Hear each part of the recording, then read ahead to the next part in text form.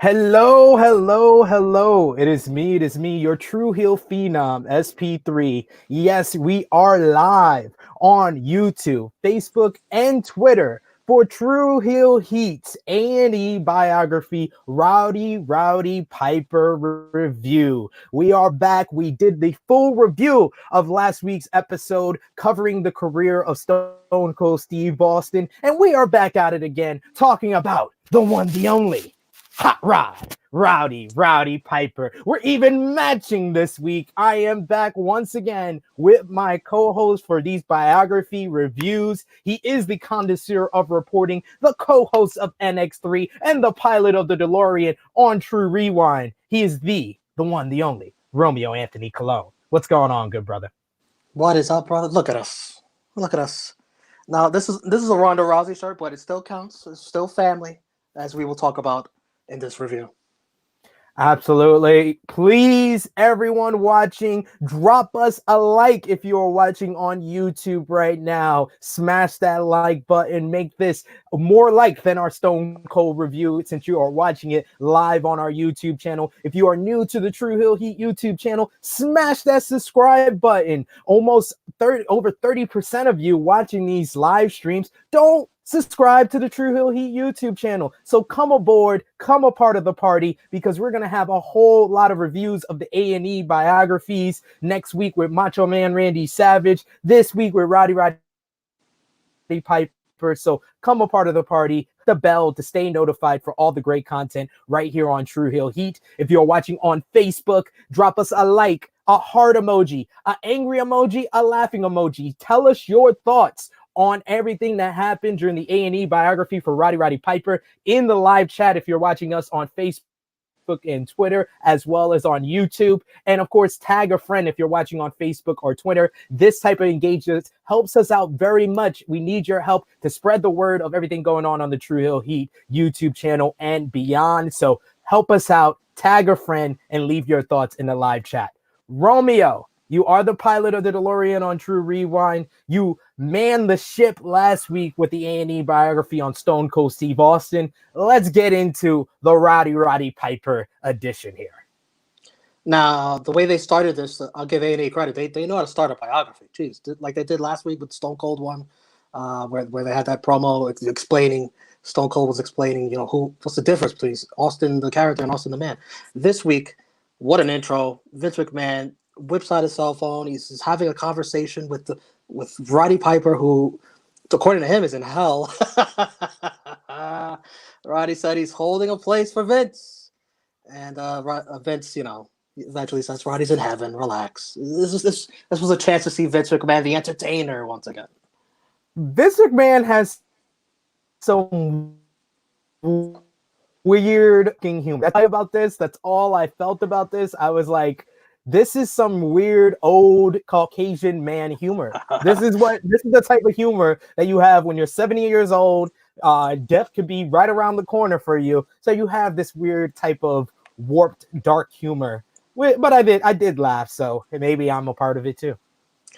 Throughout this whole biography, they mix in Roddy Piper's voice. He's saying some of his catchphrases, some lines that are just simply Roddy Piper. And the first one was, "God takes care of fools and babies." Talk about his childhood. Moved a lot. He was hurt a lot. Saskatchewan. And we meet his son, Colt Toombs. He says he was hit by a pickup truck. He had his appendix removed. He lived on an Indian reservation. He was the only white kid there. He had to fight and earn respect. We meet Kitty Toombs, his wife. Ariel Toombs, his daughter, one of his daughters. And they speak about how Roddy's grandpa used to beat him up. And Roddy didn't believe in physical punishment to raise a kid. And bagpipes helped Roddy get away, 6 years old. What do you think of them talking about Roddy's beginnings? Similar to the Stone Cold biography, this is something that they don't really talk about too often when they talk about Roddy Piper as far as the WWE WWE point of view with the different documentaries that they've done over the years. But hearing his background and how he grew up, it later explained the type of person and the individual and the entertainer that he would become. And, they talk about it a lot during this documentary about how Roddy's upbringing kind of influenced how he would become and how he would leave this world. So it's a very important part of this biography, I will say. Roddy was an accomplished boxer and wrestler. Like we mentioned, he had a strange relationship with his father. He left home. He was a nomad, homeless, played bagpipes for money. He beat up people trying to sexually abuse him. That was deep. And we learn a priest got him into professional wrestling, said $25 for your first match against Larry the Axe Hennig. Wow. That's Kurt Hennig's father or grandfather? That is Kurt Hennig's father. And bagpipes and kilts made Roddy stand out from other wrestlers. And Piper loved that he could have all the physical contact without the police.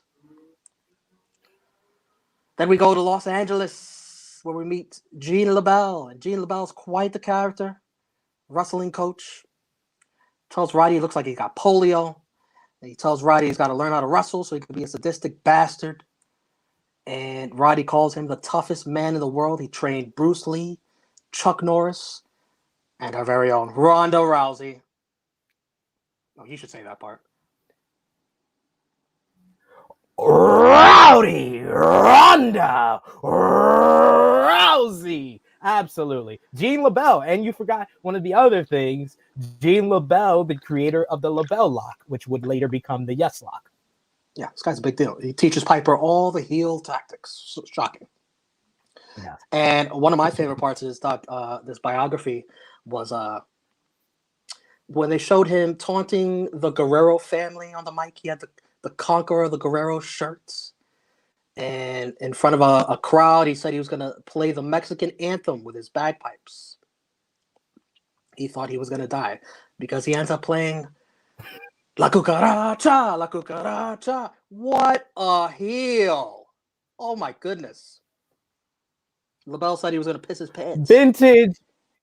That's like a vintage. That's vintage heel stuff. I mean, to play La Cucaracha as the Mexican national anthem, especially in that time, like late 70s, early 80s. Man, you imagine that heat? Like, I wish they had footage of that. Like, it was great hearing the story and, hearing Roddy talk about it and his son talk about it and the visuals with like the little like CGI visuals that they did with the chairs throwing, but to actually see it and to hear that heat that he got in that area, man, I would have loved to see it. Then Roddy goes to Portland where he meets Kitty, a waitress, his eventual wife, 19 years old she was at the time. And then they cut to casual footage of Roddy attacking a woman wrestler. Like smooth transition, but Kitty's saying, oh, well, he treated women in real life good. Okay, well, at least he got that. There you go. Then it's off to Atlanta, Georgia Championship Wrestling. He could talk, and they took good use of that. He was a color commentator in a suit at first, healing it up against all the wrestlers there. And then eventually that transitioned into him becoming Roddy Piper again with the kilt. And he talked about how he had a legal pad for writing down all his one-liners that came to mind. So he was always ready to talk. And he said his lines never came off the top of his head. It was all planned. And we got a lot of those lines in this episode. Yeah, I liked his son. This was like the best part for his son, kind of talking about how like people used to always think it was coming off the head. And, even me as a kid, discovering Roddy Piper and the way he had that gift of gab, I really thought it was all off the top of the head. But it's kind of like Jay-Z. Jay-Z, everybody always used to say, oh, Jay-Z, he just goes in the booth and he does all his rhymes off the top of the head. But really, in actuality, he's writing down different things as it goes along. But then he puts it all together in his head And that's kind of what Roddy Piper did. He wrote down a whole bunch of lines, so he always had it in his memory. I'm a similar person. If I write something down, it's going to be in my memory somewhere. It's better to remember it that way. And that's how Roddy kind of put it all together with these great promos, especially even before his time in WWF. You kind of saw that he was just amazing on the mic, and he was just unlike anybody during that time in the 80s. Then we see the wild child, Roddy Piper, who was in a combo with Ric Flair in their prime. This is just sick to see. Flair said they were the Beatles.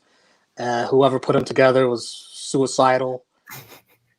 Bret Hart and Sergeant Slaughter talked about how sometimes Roddy was just too much to handle. And they start talking about cocaine was used to wake him up to wrestle and numb the pain. Bret Hart talks about how you learn to be your own doctor. It's tough. It's tough. I mean, hearing that type of stuff and, actually talking about the drug use, because I was wondering if that would be talked about, especially for these wrestlers who gained their prominence in the 80s. It was something that was regularly talked about, like the drug use, the cocaine, the partying and stuff. So, we see already that that's going to be touched on. So I know everybody can't wait for them to get to Shawn Michaels and talk about his time in the 90s and how he was another evolution of what was going on in the 80s here with Roddy Piper. But I love the contributions of guys like Sergeant Slaughter, who were back in that day, and he does exist. Bret the Hitman Hart. Wow, thank you, A&E. It's like A&E looked at our review last week and was like, Bret Hart does exist. He just doesn't exist in Stone Cold Steve Austin's story. He exists in Roddy Piper's story, and we'll get to why he exists in this story and doesn't exist in Stone Cold's story later on in this biography. Sometimes Piper would stay at a hotel first before going home to his family in order to desensitize and switch characters and get out of the character mode of Roddy Piper and into the dad mode. His family wouldn't go to his matches because it wasn't safe. He had too much legit true heel heat. And Piper gets stabbed by a fan. And he's opening his wound, closing it, he's squirting blood at the officer. Colt says he got stabbed 3 times, and he had to get his jacket made with Kevlar. Wow. What a story. Like, Piper telling the story was just crazy, and like Sergeant Slaughter kind of built it up for us. How Piper just ran across, the guy was talking smack, so he ran to him, and they're like shouting, having this confrontation, and then the cops come between them and separate them. They bring the guy, they're about to arrest him, and Piper's like holding his chest and saying, I want to talk to him. I want to word with him for a minute.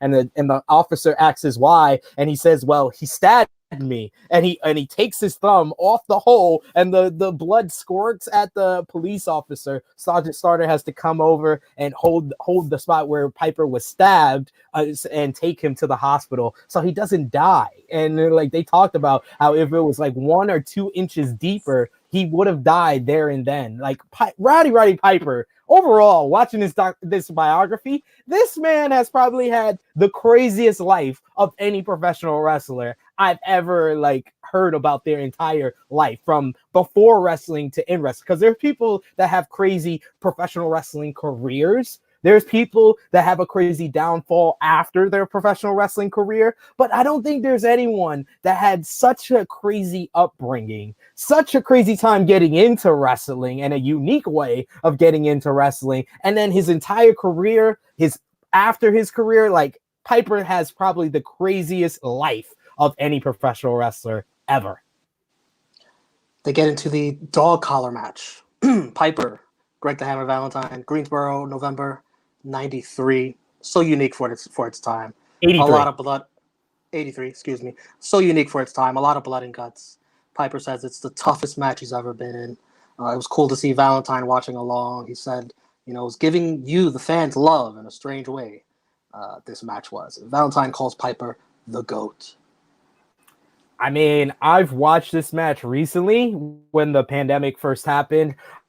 I went back and watched classic WCW, NWA stuff. And I was like, you know what? let's watch the first ever Starrcade because I've never watched it before. So during the whole pandemic, I watched Starrcade 83. And yeah, if you're going to watch anything from Starrcade 83, it should be that dog collar match. That dark collar match is brutal, even for, watching it in 2020, 2021, even in 1983, that was brutal. Like, they were battering each other. They were really punching each other. It was a different type of like stiffness, and it felt real. It had that realism to it. It's such a brutal match to even look back on. And it's something that, inspired Cody Rhodes and Brody Lee last year in 2020 to do the dog collar match with Greg the Hammer Valentine in the crowd. It's a match that kind of probably inspired a lot of professional wrestlers of today, of yesteryears, and it's something that really put Piper's name on the map. And then as the story went from here, unlike the Stone Cold story, which I feel had a lot of gaps or like misinformation, like I talked about last week, the King of the Ring promo wasn't really the thing that took Austin to the next level. Like, they made it sound like he cut the King of the Ring promo and then he's a big time babyface and then they shoot him to the moon. No, it was Bret the Hitman Hart that chose him to be, that got him to where he needed to be. And they didn't even focus on the WrestleMania 13 match. But I digress about that. I think I complained enough about the Stone Cold biography last week. But this Piper one, they really did a nice transition, talking about the dog collar match and then Vince McMahon coming in and talking about how he saw something in Piper. And during his expansion in 1984, he brought Piper in to kind of be that lead antagonist for the company. And it really was the dog collar match that kind of, like, I think Piper had Vince's attention and the attention of New York in 1983, but it was really that dog collar match that was like, oh, he's not only just a great talker, he's not only a great entertainer, he can have this type of like money drawing big time blow off match as well. And that made Vince want to get Piper. Well, they sort of made it seem like because Piper wasn't physically big in his physical stature, that Vince just wanted him to talk first. Yeah. And that's how Piper's Pit is born. The first clip they show that I laughed. Piper calls some jabroni a lousy wrestler. And the jabroni says, I may be a lousy wrestler, but... And then he just starts getting beat up. He didn't even let him finish his sentence. That's Piper's Pit. That is Piper's Pit. And in a nutshell, yeah. You have to show Jimmy Snuka, the most famous segment. And Vince mentions how one of the coconuts was gimmicked for Piper to use, but unfortunately he didn't use that one. He didn't use that one. And Colt said Piper's Pit wasn't scripted. I loved Piper's Pit. Like, even if you watch it back today, there's certain guys from the 80s that you can watch their stuff today and it's timeless. It's still entertaining. Piper is one of those guys. Like someone like a Hulk Hogan, not so much. Someone like a Piper, a Flair, a Dusty, a Savage. You watch their stuff in the 80s now, and it's better. It's so much better than the stuff you see nowadays. Like their promo work, the way they got their characters, the way they were their characters. It's nothing like it. Like those four guys in a nutshell, I think are four wrestlers you should definitely go out of your way of watching their best promos from the 80s. Then we talk the connection between rock and wrestling, with Cyndi Lauper getting involved in the world of wrestling, Lou Albano helping with that. They gave him the gold record. Piper breaks it over his head, and Cindy's manager asks Roddy if he can kick her without hurting her. And Roddy's like, "Can I?" He kicks Cyndi Lauper, and that's the building block for the going mainstream with MTV, or as Piper liked to call it, music to vomit by. You got the connection with Hogan, Piper, Cowboy Orton, Paul Orndorff, and TV's biggest star at the time is what they say, Mr. T. And there's a big brawl. Police break it up. Hogan says they didn't smarten up the police. You got Piper fighting the cops. It all looked real. It all looked good. They made it look real, but that's like the type of angle that, I miss like big time angles that like set up, like when you see it, you just saw the setup for a big matchup. And this was the catalyst that created the main event of WrestleMania. And I love the addition of the different wrestling historians that they had involved in this, because, WWE and Vince, they can tell their own story and they can make a revisionist history of how we got to where we got. But having those historians kept them honest, and I like that they added them to it, kind of to tell the story of how that angle led to the creation of WrestleMania, which is the biggest event in professional wrestling history because of what it started now 37 years later. We learned Piper and Orndorff wanted to legit break Mr. T's legs because he didn't deserve to take someone's spot. They thought it was a slap in the face to the business. And Piper was telling Hogan that he's not going to take the dive. He's not going to take the pin. Hogan said he was the peacekeeper. Bruce Pritchard said Roddy was smart enough to do business in the end. Hogan says Mr. T should have pinned Piper. And of course, Orton with the cast, the dirty finish. Hogan with the pin. And Hogan didn't like it. Hogan himself didn't like it. He said, "You're the bad guy. You're supposed to get pinned." Piper didn't like me, says Hogan. Says later on in life, Piper sounded regretful about everything that went down, and Hogan says Piper could have made so much more money if he let Hogan beat him. Okay. Because this is a lot to unpack with Hulk Hogan. Hulk Hogan's addition in this, I'm gonna put it out there already. I know we're about like halfway through this whole documentary, but Hogan was the worst contribution to this whole documentary because a lot of people were more audience on Piper's career than they've ever been before. But one person, you just couldn't tell what was real and what was fake because they're always lying. They're always politicking. They're always trying to make themselves seem better than what they were. And that one person is Terry Bollea, a.k.a. Hulk Hogan. Hulk Hogan, I couldn't believe a word this dude was saying. But in this statement, he was both wrong and right. He was wrong. Piper shouldn't have took the pin at WrestleMania 1. Like, it only made sense. The guy who was the least popular, the least biggest star involved in this, you have your biggest babyface of Hulk Hogan, your WWF champion. You got the biggest star on TV, the star of the A-Team, Mr. T. You got your biggest heel, Roddy Piper. I feel, after watching this documentary, I feel like Piper is the MVP of the rock and wrestling era. Like, yes, you had Hogan, but what's Hogan without the guy that can keep up with him, that can bring the people in to want to see him get his butt kicked? Yes, people paid to see Hogan, but he's only as good as the guy that you want to see Hogan kick his butt. And that was Roddy Piper. And they wanted to see Mr. T kick his butt. I will say that. But I don't think it was necessary for Mr. T to pin Piper. No, that shouldn't have happened. And I think that devalues what they do the following year on WrestleMania 2 with the boxing match between Piper and Mr. T. No one's going to want to see that if Mr. T beats Piper at WrestleMania 1. So that was a stupid statement to make, Hulk Hogan. And when the fourth guy in the match is Mr. Wonderful Paul Orndorff. Don't get me wrong, Mr. Wonderful Paul Orndorff is a legend in professional wrestling. He was a good steady hand, and at that time he was one of their better heels. But he is the least biggest star in this. He's the smallest star in this whole entire matchup. So yes, he should take the pin. Maybe you shouldn't pin him, Hogan. If you're going to talk about anything with the finish, maybe it should have been Mr. T to pin him. But I digress. But he was right. In the end, you know, when you look back at the whole rivalry between Piper and Hogan, we never got a blow off. They didn't get their WrestleMania match. I think that WrestleMania 2 would have been the best place to do a Hogan versus Piper match for the WWF Championship. But the reason why we never got those matches, the reason why we never got the blow off is, yes, Piper refused to job to Hulk Hogan. And what anyone coming up in the 80s will tell you is that you made the most money when you were looking up at the lights and Hogan was dropping that leg drop on you. So yes, Piper turned down a lot of money by refusing to job to Hulk Hogan.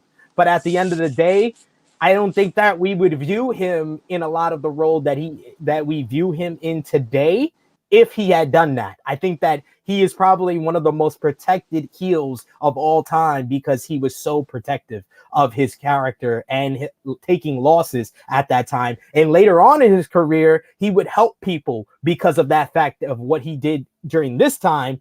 It made it more meaningful when he did lose later down the line. Roddy thought to stay on top, he had to get out of the business. And part of that was going to Hollywood, becoming an actor. And Vince McMahon was cool with it as long as he was coming back. You had Keith David here, I thought was good, talking about the fight scene you had with Piper.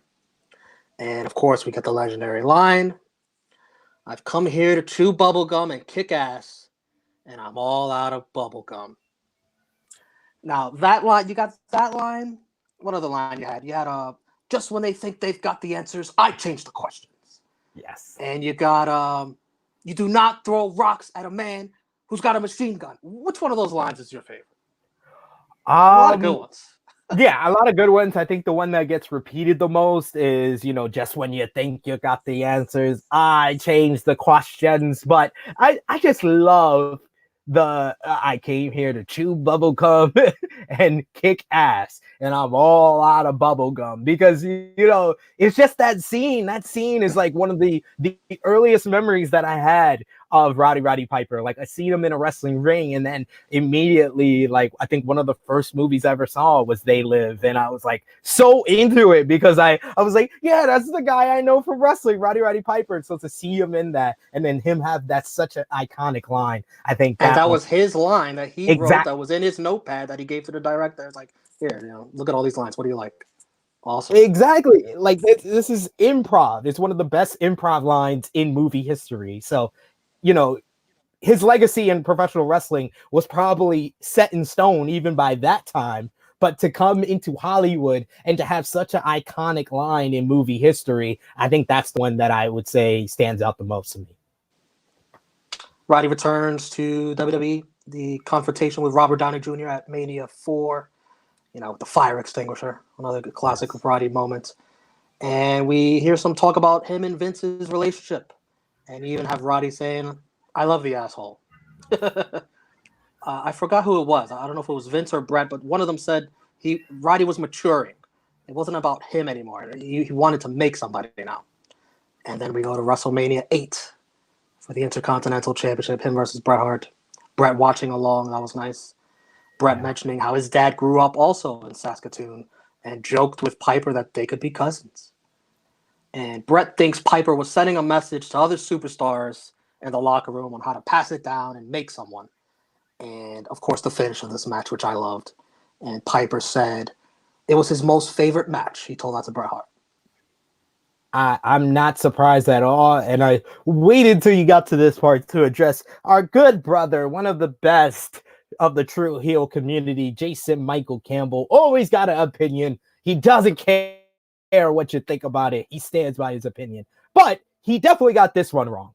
He said he kind of contradicted himself because he says wasn't mentioned in the biography at all that Roddy Piper and Bret Hart cousins.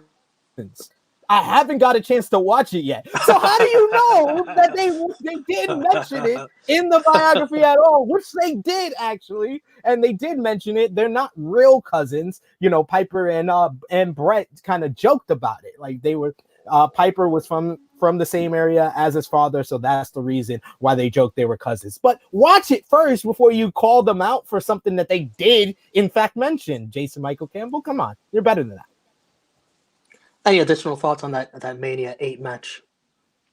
Oh, it's probably one of the most underappreciated Mania matches of all time. I love WrestleMania 8. I don't know if I've talked about it too much on this YouTube channel, but one of the first VHSs that I had of a wrestling show was WrestleMania 8. I remember going to the VHS store, and it just called out to me seeing Hogan, Sid, Macho Man, and Ric Flair on the cover of the VHS, the double main event. And I was very much into the Macho Man Ric Flair storyline at the time. I hated Ric Flair. I was like, why is he lying? He didn't have a relationship with Elizabeth before that. But that was probably the match that I wanted me to get the VHS. But the match that made me continue watching it, like, I watched WrestleMania 8 maybe like 100 times. The match that made me keep watching it was Piper and Bret. From the interview behind the scene, backstage before the match, I think it just made it for me because I wasn't too familiar on the story, but that small little interview, just a 5-minute interview,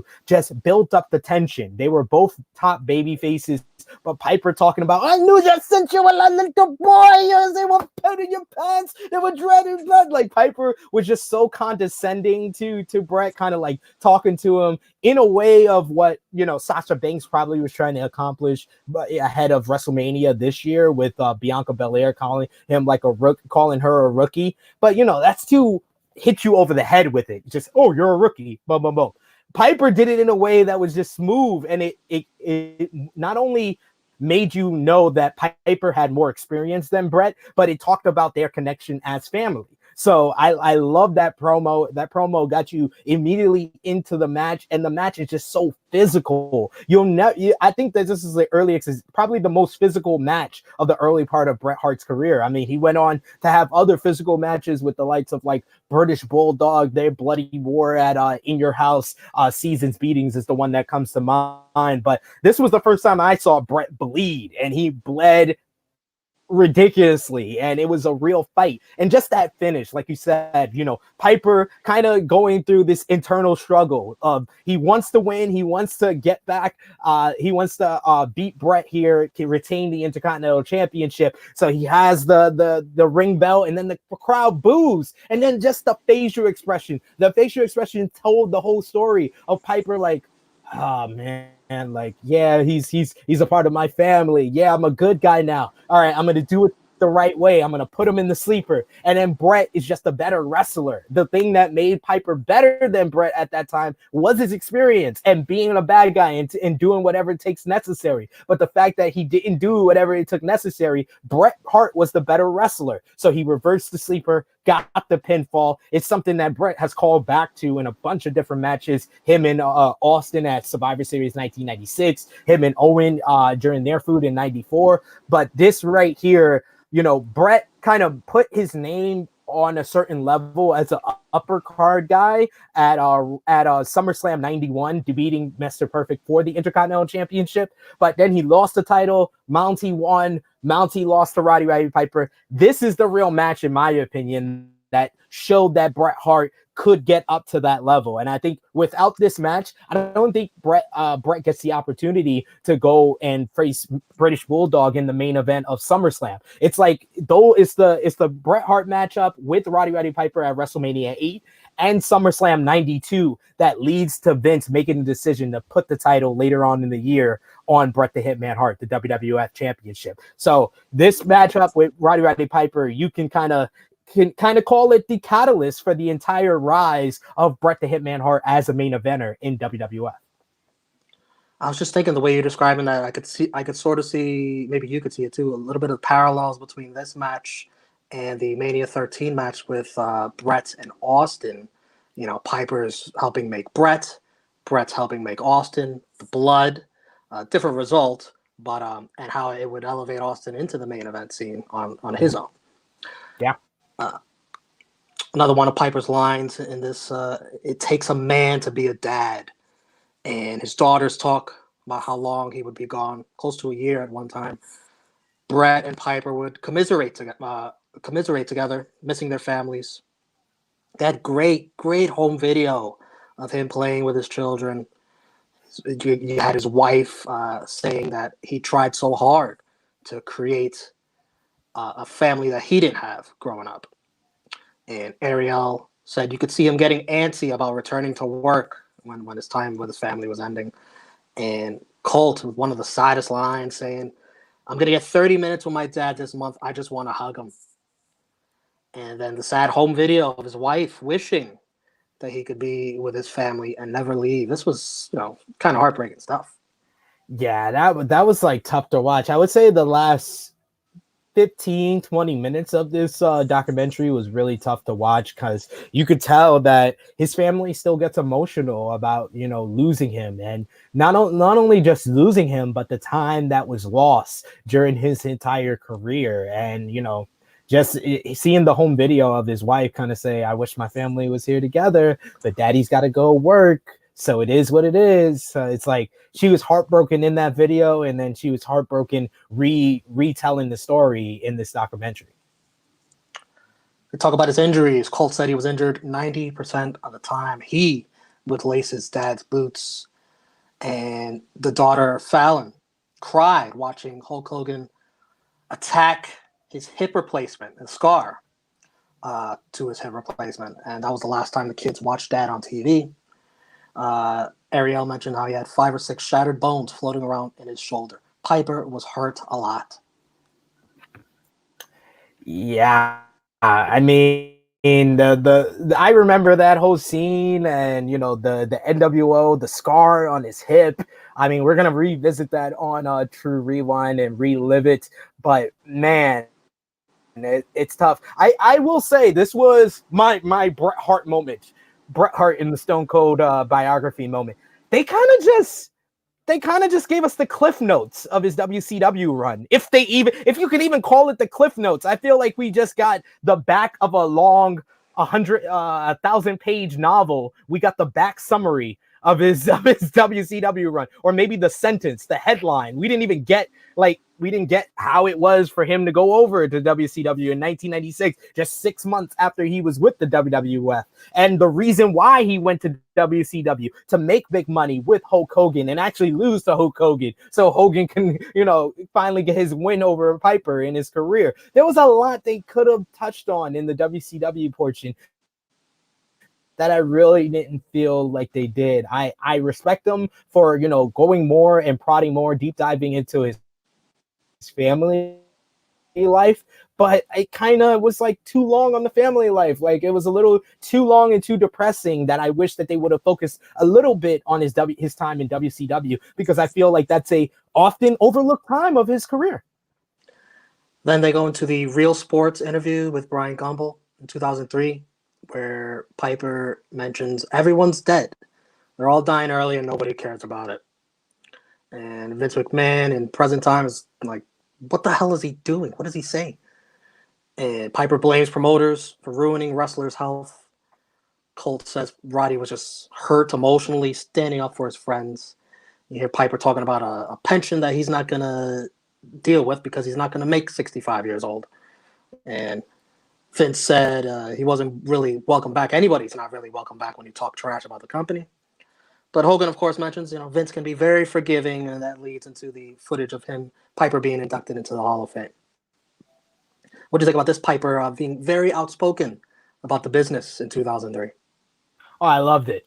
I loved it so much, because that was how he really felt, like hearing from his family and, all that he was going through during that time. You could definitely understand it. 2003 was a really rough year, where a lot of like the wrestlers from the 80s were starting to pass away, and it was kind of like the first domino dropping in a long, like 15-year stretch of all these guys, that Piper came up with, and Piper kind of grew up in the business with, passing away, because the business really was unforgiving with how they were during those times coming up. So I love to look back on the Talk Sports and hearing from Vince and Vince's reaction. I respect it. This was one time where I was like, this is the real Vince. This is how Vince is really talking. Like, hey, he talked about, about employees, so you got to let him go. When you're talking like that, I got to let you go. This was at a time where Piper had come back to the WWF during I wish they would have talked about the WrestleMania 19 moment. That was a huge moment for Piper to come out during a match with Hogan and Vince, like the two people he's been so connected with in his WWF career. Like they just glossed over it. We saw highlights of him meeting up with Vince before the show started, but we didn't even talk about that really. But we talked about him having a contract, and it was just like weird. It was a weird transition there. That was like that was one part where I was just like, this is like, we're missing very big gaps in his career at this point. I feel like after WrestleMania 1, they kind of was just like all over the place with where they were going with covering Piper's actual career and what he was doing. Yeah, we got to get the 2-hour director's cut without commercials. You Some know? stuff, get left on the editing floor. Another Piper line from his the notepad of many, many lines. You find sympathy in the dictionary between shit and suicide. I was like, wait a second. Roddy wasn't the best speller. He spelled sympathy SIMP. He did that on purpose because you're a simp when you're looking for sympathy. They get into talk of how Roddy would be depressed thinking about his childhood. His wife speculated that he thought about suicide, but just couldn't do it because of his family. Sad, dark stuff. And then they break away from that to get into some lighter stuff out of nowhere, talking about how Roddy would do comedy in his post-retirement life. And Ariel said it was therapeutic for him. You've seen a couple of wrestlers do this. Jake the Snake did this. RVD does it. Dolph Ziggler does it. Mick Foley. Yeah, Mick Foley, of course. And then they go dark again because they show him on the Rich Eisen show, slurring his words, had a hard time putting together thoughts, and he dies a few days later at home in his sleep, age of 61. His wife said they were going to see the doctor the next day. Heart failure. Kitty, the wife, grateful that he was at least home. And very sad stuff. Before I get into the Hulk Hogan thing, the voice message. Yeah, I mean, just talking about like this is the latter half is I like the stuff with the comedy guy kind of talking about how Piper kind of told him about his whole career and his whole life and how to put it into a comedic act. That was really cool. I did like the lighter portion of that, and then going dark with showing the clips of that interview. Yeah, that was tough to rewatch because it was clear that something was wrong, something was troubling him, or he wasn't able to have coherent thoughts. And Kitty kind of reliving it and talking about how she was grateful that he was finally at home, because so much of his life, even in his post career, he was not home, and to have him home with her so he can pass away in his own bed, you could tell that meant a lot for her, because you saw the home videos, you heard her so many times during this documentary, how that time loss really affected not only Piper, not only Roddy, but her and her kids. So to have him there with her passing away, I know that even though that's probably one of the worst feelings or the worst days of her life, I think that she could take a little bit of solace in the fact that at least she was with him when he finally left this world. Now, this has personally happened to me before. Back in the day, you'd get a late voicemail after the fact, but when the person speaking, Hulk Hogan, says this, you don't know if he's telling the truth. But the voicemail is legit. It is legit. You hear Piper saying, "I saw the light. I'm walking with Jesus today, my brother. Loving you and praying for you." If Hogan is telling the truth, that is so spooky. That is spooky as hell. Like, I would be so freaked out. Like, I got a voicemail from an angel, or like I got a voicemail from the afterlife. Like, Hogan should have been counting his blessings that he wasn't the next up. like that's a call that's touched by an angel type of thing. But yeah, this was a crazy time though. Like, you remember 2000, around this time, 2015, when this was going on. This was just weeks, I think, after or before Dusty Rhodes passed away. So this was like really like Hollywood and celebrities had where a bunch of celebrities would pass away. It happens kind of quite often, unfortunately, with celebrities and people in the limelight. But in wrestling, we never had that, where two of the biggest stars of all time like pass away within weeks of each other. But we did get that in 2015 with Piper and Dusty passing away within a couple of days of one another. Yeah, wild. That was cool that Hogan still had the voicemail, though. I'd never get rid of that one. So my answer to your question, though, yeah, I think it's a crock of shit, and I think it's a voicemail from probably weeks before Piper passed away. But Hogan has probably 100 voicemails on his fucking cell phone, and he finally went through it after Piper passed away. Such a wrestler thing to do, They exaggerate, but for Hulk Hogan specifically, even more so. Exactly. Then they go into WrestleMania 35, where the family goes backstage to meet and support Who, SP3? UFC Hall of Famer, the baddest woman on the planet, the former Raw Women's Champion, the first ever African American woman to main event a WrestleMania, and the SP3 certified, stamped, and secured Lord and Savior, Rowdy Ronda Rousey. Ronda explains meeting Piper, getting his blessing to use Roddy. I always love that story. Always loved it. Thought it was so cool. And Kitty says he'd be so proud to Ronda, happy, and that she's earned the rowdiness moniker. And their encounter was so heartwarming. It was.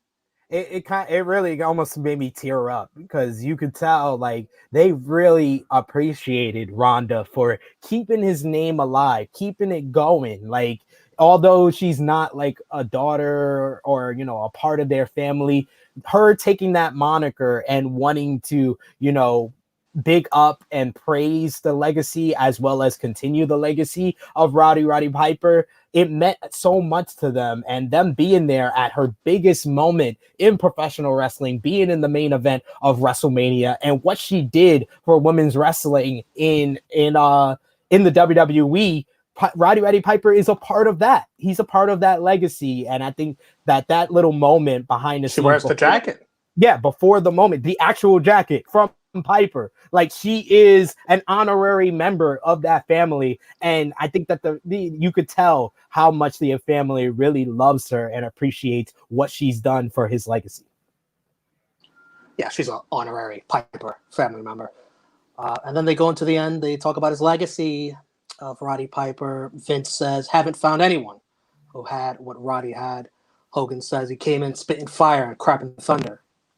Okay, Hulk. Colt says he started with so little, ended with so much. And then you hear Piper's voice saying, putting a smile on a little boy's face in the crowd is the greatest reward any man could have. Thank you. And then they put a little video package of everyone reciting his catchphrases. It ends with Hulk Hogan, who then makes it about himself. He says, brother! The last line of this biography is a Hulk Hogan catchphrase. I was like, this ego fucking maniac. Like, to answer your question that I know you're gonna ask, because I know we're at the end, the LVP, this is the Stephen Curry 2015-2016 NBA season unanimous LVP goes to Hollywood Hulk Hogan, because he was at his absolute worst. Like, he made this all about him. Like, even at the end, it just pissed me off. It's like, why are you even here? Yes, you're important to Roddy Piper's career, but if all you're gonna do is talk about how Piper should have jobbed at WrestleMania 1, how Piper should have jobbed to me, and then you lay out a fucking brother during one of Piper's most famous quotes, most famous catchphrase, fuck you, Hulk Hogan. Fuck you, Hulk Hogan. We are live right now. Facebook, Twitter, and Instagram, YouTube. See, I don't even know what we're live on right now because Hulk Hogan has me fired the fuck up. Fuck you, Hulk Hogan. There is no smooth transition, so I'll just say I agree. And we'll go into our MVPs of this biography. I thought the daughters, the son, the wife, Roddy Piper's not there to speak for himself, although they tried as much as they could to include, actual Piper quotes of him talking about his career, but they did a great job representing him, his thoughts, the whole family. Your MVP? Kitty's got to get my MVP, honestly, because she really brought the emotion in this one, and just seeing how much his life kind of impacted her, being his wife and, the time away, she kind of really made you feel feel this documentary. There was a little bit of an emotional punch to this one because Piper's no longer with us, and Kitty really brought that. So that's why she gets the MVP. I got to highlight this comment here by JMC, Jason Michael Campbell. He says, I remember watching a wife spot or trading spouses with Kitty trading with Beth. Or swapping with her, and the other got to see how the other lived. So, and no, he says, my fault trading places with Wendy, not Beth. But since Kitty was in town, she called Beth and she came by the house. So Kitty has been featured on reality television as well. That's something that that's with Ric Flair's. Those are Ric Flair's wives. Oh, okay. I haven't seen that, but that does sound very interesting. I gotta. That might be something we could review. Let us know. Let us know if you're watching on demand. Let us know in the comments if you want us to review Trading Spouses with Flair and Piper. Let's rate this on a scale of 0 to 10. I thought this was great, entertaining, also heartbreaking. I found it fascinating. Roddy just trying to keep his heel heat away from his family, trying to have a private life. You could feel the guiltiness in Roddy. His family paid the ultimate sacrifice from Roddy being one of the best villains and talkers in pro wrestling history. And the family was so good here. I gave this a 9 out of 10. I really enjoyed this. Yeah, I'm gonna have to rate it slightly higher. I think I gave the Austin biography 8 out of 10. I'm gonna give this one slightly higher with the 8.5 out of 10. Like I said, Kitty was amazing in bringing the emotion, but seeing his kids and hearing their stories. Teal Piper or Ariel Tubes, I thought she was a great addition. Even the younger daughter Fallon was a great addition. Is she still an aspiring wrestler? I'm not too sure. I know she was training, but this was before the pandemic, so I don't know where she stands right now. But I mean, I would love to see her and continue on the legacy. If Ronda Rousey is gone from the WWE for the time being, now congratulations to her on her pregnancy. Teal can come in and get that second generation push and come in and push on the legacy of Roddy Piper. I would love to see it. But yeah, that's why I gave this one 8 out of 10. I mean 8.5 out of 10. I won't go 9 out of 10 because of you, Hulk Hogan. If you weren't freaking there, this would have got a 9 out of 10. Thank you, Hulk Hogan. Minus 0.5, 1.5 due to you. I would have gave this 10 out of 10 if it wasn't for you. Watching Hogan, I could tell he's trying to tone it down a little bit, but he just can't help himself. He can't help himself. He's been this way for years, Romeo. He's been this way for years. All right, so we move forward to next week. Yes. Another interesting biography. Which we know Hulk Hogan's going to be a part of that one. Fuck. Oh, man. So, yes, join us next week as we're going to be reviewing the A&E biography for the Macho Man Randy Savage. And what a career he has. Mega powers, his relationship with Miss Elizabeth, his post-career time in WCW. Hopefully that gets covered here because we didn't get anything from Piper's time in WCW. This is a strictly WWE product, ladies and gentlemen. I think you're going to see this in every biography. They're going to skip a lot of the wrestling stuff and try to get into the character of the human and the difficulties behind that. Yeah, I guess that's kind of the gist of this. So I enjoy it, and I enjoyed this one. I enjoyed the Austin one, so I'm sure I'm going to enjoy the Macho Man Randy Savage A&E biography. Romeo, please tell these fine people watching where they can follow you on social media and what you got going on the True Hill Heat YouTube channel. It feels like they're like biography, and then they dip their feet into the dark side of the ring pool, and then they go back to biography. That's what this is starting to feel like. The Pride of NY, Twitter and Instagram, right here on the True Hill Heat YouTube channel. NX3. Every week we cover NXT, me and the boys, Chris G and Ness. Yes, that's why we're wrapping up right now, because he's got to get to work. He's got to get to watching NXT that is up right now. We appreciate anyone who is still watching us as we wrap things up. You can follow me on Twitter at TrueHeelSP3. You can also follow me on Instagram, TrueHeel_SP3, TrueHeel Epic SP3, excuse me. TrueHeel_Epic SP3 on Instagram. And of course, follow me on all your favorite social media and YouTube platforms. I'll be on Powered 4 TV tomorrow morning, 11 a.m. Eastern Time, 4 p.m. BST with John Scott for Powered 4 SP3. I'll also be live tomorrow at 3 p.m. Eastern Time, 8 p.m. BST on the Wrestling Daily YouTube channel with Alex McCarthy with another edition of Wrestling Daily. And then we finish off the week on Friday, live on the Sportskeeda Wrestling YouTube channel following SmackDown on Smack Talk with Rick Ucchino and wrestling legend Dutch Mantel. I gotta ask him what he has as far as Rowdy Piper stories on this week to kind of keep it going with that trend Every week.